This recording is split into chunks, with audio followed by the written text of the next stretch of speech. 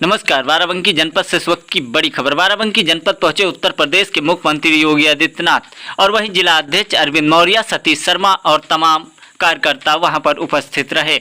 वहीं बाराबंकी जनपद के लिए योगी आदित्यनाथ ने बड़ी बात कह दी। आपको बताएं कि जहां बाराबंकी बीचों बीच में बसा, उधर अयोध्या और इधर लखनऊ राजधानी के बीच में बसा बाराबंकी आखिर योजनाओं से वंचित क्यों रह जाता है। ये तो सोचने वाली बात है कि जिस तरीके से मुख्यमंत्री ने आज संकल्प लिया है, बाराबंकी आखिर इन योजनाओं में लाभ पाएगा या नहीं पाएगा। जिस तरीके से विपक्ष बताता है कि भारतीय जनता पार्टी सिर्फ वादे करती है, काम नहीं करती। आइए देखते हैं इस खबर में विशेष मामला क्या। आज जब हम लोग जनपद बाराबंकी की बात करते हैं तो बाराबंकी स्टेट कैपिटल रीजन का एक महत्वपूर्ण जनपद बन चुका है। अब विकास का लाभ केवल लखनऊ तक, प्रदेश की राजधानी लखनऊ तक सीमित नहीं रहेगा, बल्कि उसका बराबर का भागीदार बाराबंकी भी बनने जा रहा है। बाराबंकी स्टेट कैपिटल रीजन का पार्ट बनते ही बाराबंकी के साथ यहां के इंफ्रास्ट्रक्चर को मजबूती प्रदान करने का कार्य, पब्लिक ट्रांसपोर्ट की बेहतरीन सुविधा का लाभ प्रदान करने का कार्य और उसका लाभ भी बाराबंकी के वासियों को प्राप्त होने जा रहा है। वैसे भी बाराबंकी को इस बारे में सौभाग्यशाली है। एक और प्रदेश की राजधानी लखनऊ है और दूसरी तरफ श्री अयोध्या धाम है।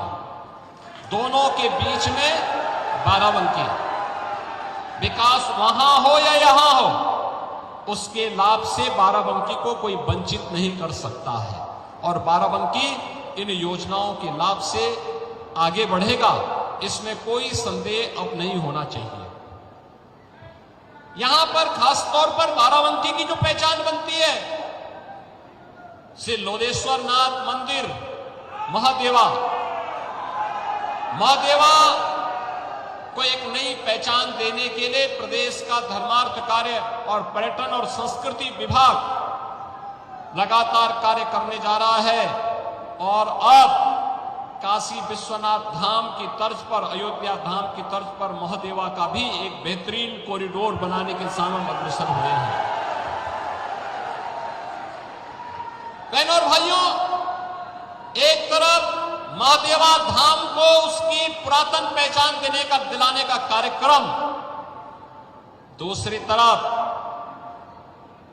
हॉकी इंडिया को अपने समय में दुनिया के अंदर एक नई पहचान दिलाने वाले इसी माटी के लाल भारत माता के महान सपूत श्री केडी सिंह बाबू की स्मृतियों को भी बनाए रखने के लिए उनकी पुश्तैनी कोठी को, यानी उनकी जो हवेली थी, जो उनका बंगला था, उसे सरकार ने लिया है और अब केडी सिंह बाबू और हॉकी इंडिया का एक भव्य स्मारक बनाने की तैयारी वहां पर होगी और हॉकी से जुड़े हुए खेल के प्रदर्शन और उनके कार्यक्रमों को आगे बढ़ाने का कार्य अब सरकार करेगी।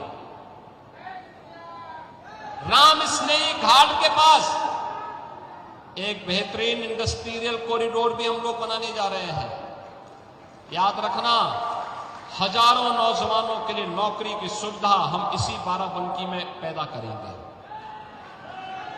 वैसे भी हमारा बाराबंकी तो औद्योगिक दृष्टि से भी, शैक्षणिक दृष्टि से भी और प्रगतिशील किसानों की दृष्टि से भी काफी अच्छा कार्य कर रहा है।